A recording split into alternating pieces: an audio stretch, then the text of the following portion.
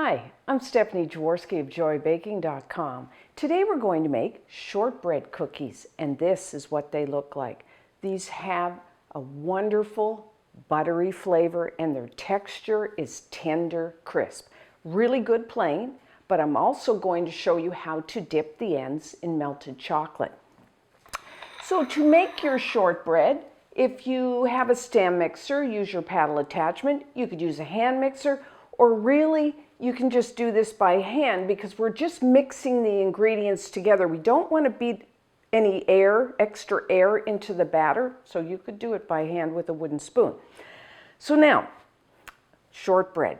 Basically just 3 ingredients: butter, sugar, and flour. So you want to make sure that you use a really good quality butter because your shortbread are only going to taste as good as your butter. So in the States, you can use just buy regular, your regular butter. You could also use, which I'm doing today, is I'm using a European style butter. And essentially what that means, it will be labeled European style, is that it has a higher butter fat content, therefore it's going to have better flavor. So you will need 1 cup, which is 225 grams of butter. I like to use unsalted. I like the flavor. It's got a really clean flavor. And also I like to be able to regulate the amount of salt in my recipe. But I know a lot of people, especially with shortbread, like to use salted butter. So if you have a favorite one, go ahead and use that. Have your butter at room temperature. And I'm just going to beat this just on medium speed, just until it's nice and smooth.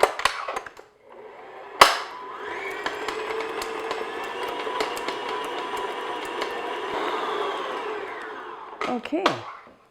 The added advantage of beating your butter just by itself here is if you started with, maybe your butter is a little cold, which mine actually was, then if you beat it by itself, it'll warm it up, get it nice and smooth, so it's easier to mix in your sugar.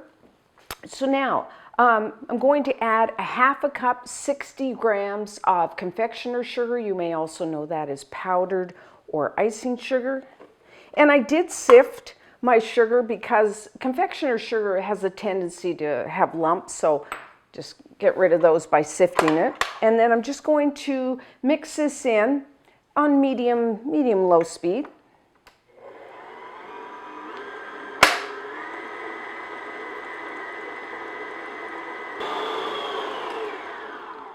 Okay, so it's all mixed in. Periodically, stop and scrape down the sides and the bottom of your bowl. And want to make sure everything's mixed together. And at this point, if you wanted to flavor your shortbread with like maybe 1 teaspoon, 4 grams of pure vanilla extract, you could do that. I'm not going to today because I just want that pure buttery flavor, nothing else. So now, in a separate bowl, I have 2 cups, which is 260 grams of all-purpose flour. You may know that as plain flour. And I'm just going to add a 1/2 teaspoon, 2 grams of salt. Now, like I said, if you use salted butter, I wouldn't use any salt. And I'm just going to whisk that in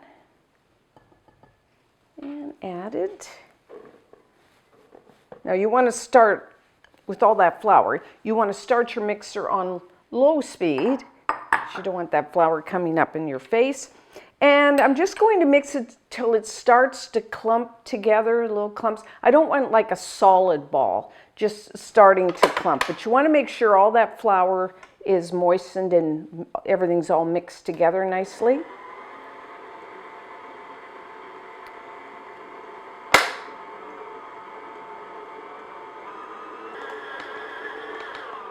Okay, so we are done. As you can see, this isn't hard. You could easily do this by hand. Now, scrape that off. Don't want to waste any of that buttery goodness. So now I am going to divide the batter in half. Now, normally, a lot of times, you take your shortbread dough, you wrap it in plastic or cover it and chill it and then roll it. I've kind of started doing it where I roll it now between 2 pieces of parchment paper. You could use wax paper and then chill it. I find I kind of save myself a little time. Now, if your shortbread at this point was really soft, you might have to chill it, but mine is, my butter wasn't that soft, so I can roll it right away. Now I am going to divide it in half. Easier to work with half of it. I'm not going to get my scale. Normally I get my scale out, but today I'm just going to eyeball because it really doesn't matter. Let's put that aside, and then between 2 pieces of parchment.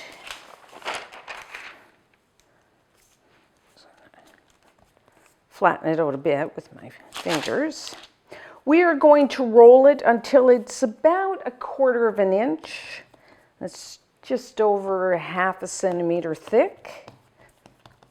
So I'll just get it started here. Okay. So I'm just going to put my piece of parchment over and I'm going to start rolling. You want it even thickness so that all the cookies bake in the same amount of time. So when you roll, try not to roll to the edge, but not don't keep going, because then what happens is you have it thick and then it goes down to thin. So, and just turn it. And then every once in a while, just to make sure, I can see there's no wrinkles, just flip your paper over. If it did have some wrinkles, just kind of peel it back.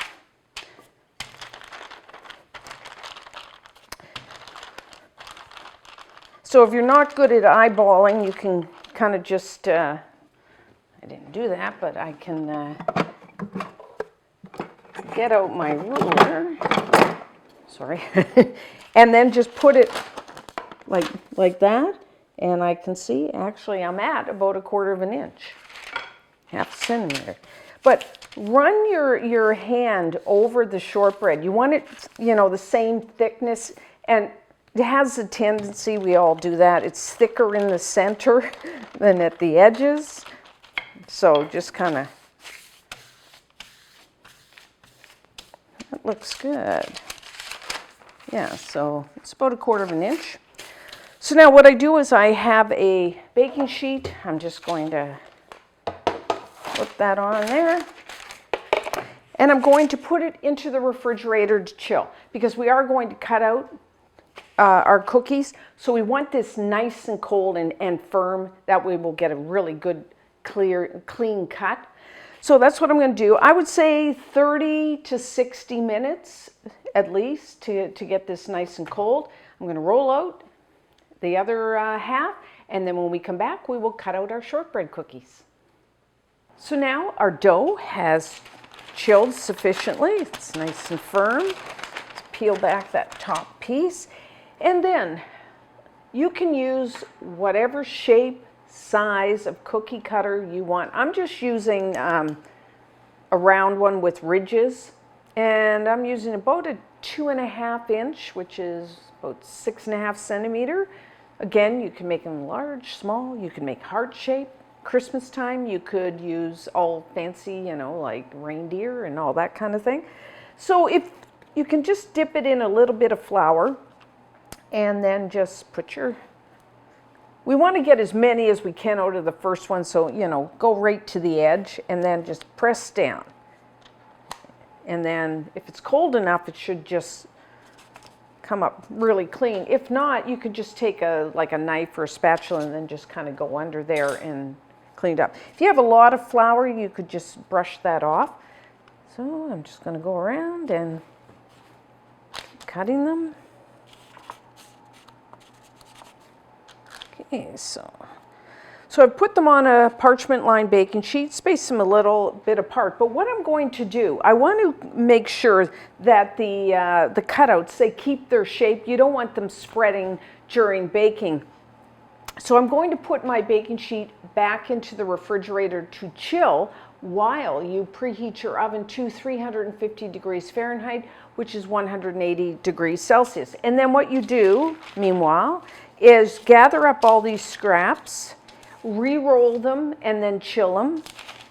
So while you're doing that, you can just be rolling this out, and I'll chill it, and then we can cut out even more. So when we come back, we will bake off our cookies. So we're now ready to bake our shortbreads. Now, if you wanted to, I'm just going to leave mine plain, but you could take a fork and then, prick the tops if you want to score them. But I'm just going to leave mine plain because I'm going to dip them in chocolate after. So everyone's oven is a little different. I like a tender, crisp shortbread. So I'm going to bake mine about, I'm going to say 15 minutes. I want them a light golden brown on top. They will get a little darker around the edges.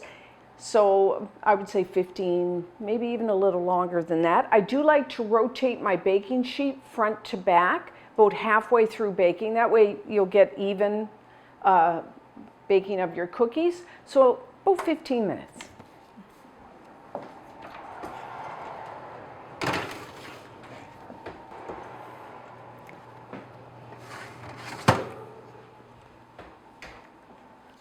Okay, so our shortbread cookies are done.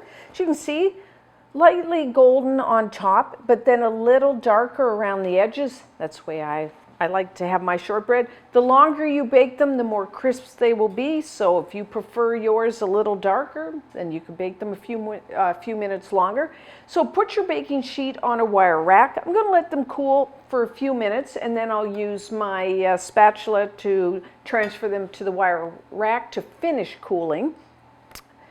So we're going to let those cool completely before we dip them in the melted chocolate. Meanwhile, I'm going to bake off another sheet of my shortbread, and when we come back, we will melt our chocolate. So now for the melted chocolate. First, these cookies are absolutely delicious on their own, just plain. So you don't have to dip them in chocolate, but I'm going to show you because actually I think they're even better with the chocolate. So first you will need a baking sheet, and then I've lined it with parchment paper. And your cookies, make sure they've cooled down. And you will need a saucepan of simmering water. So you need a heat-proof bowl. I like to use stainless steel. Put 3 ounces, 90 grams of, a good quality, either semi-sweet or a bittersweet chocolate. By that I mean, a chocolate that you would just pick it up and eat it on its own. And if I'm using these discs, if you're using a chocolate bar, then coarsely chop it. And then, so we're going to put that, we want to slowly melt that chocolate. And then you will need an additional 3 ounces, 90 grams, but we want this chocolate finely chopped like this, so that when we're going to add this to the melted chocolate, so we want it finely chopped so it'll melt really easily. So you could you could chop it finely in your food processor, but if you don't have one, or you just want to, I just usually do it by hand.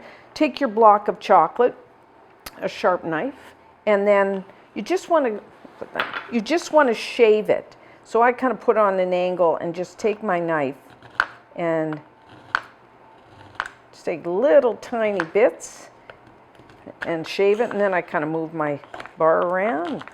Start at that end until you have it really nicely shaved. So we're doing what is called like a quick temper. We're not actually taking any temperature like you normally do when you temper chocolate. But what this will do is when we dip our chocolate, we can store it, our cookies, without the chocolate getting that like white bloom on it. That's why we're doing it this way. So I'm just going to melt this. Okay, so our chocolate has melted. I'm going to take that off the heat. Turn that off. Give it a stir. And then I'm going to add all of our shaved chocolate. And then I'm just going to gently stir it until all of the chocolate is melted.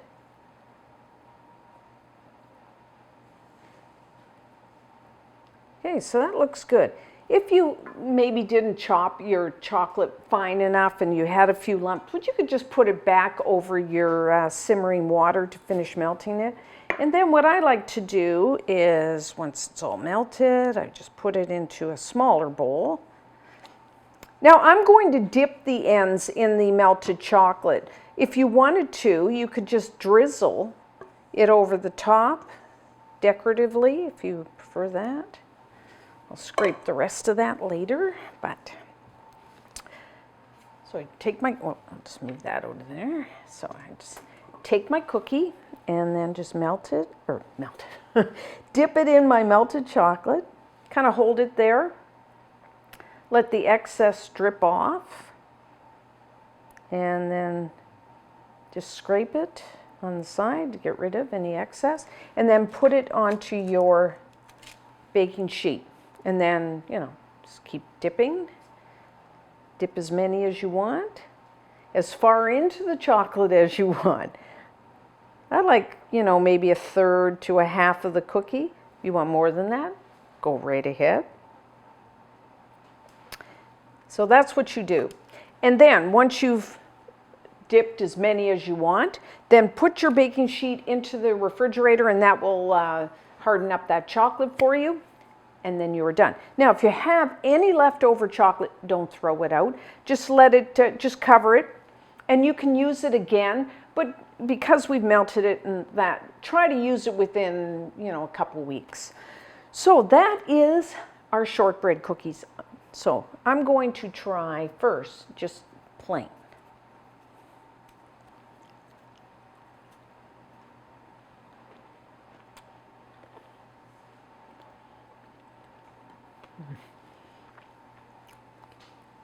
Need a cup of tea. These are wonderful. You know, they're crisp, but yet when you take a bite, they kind of just melt.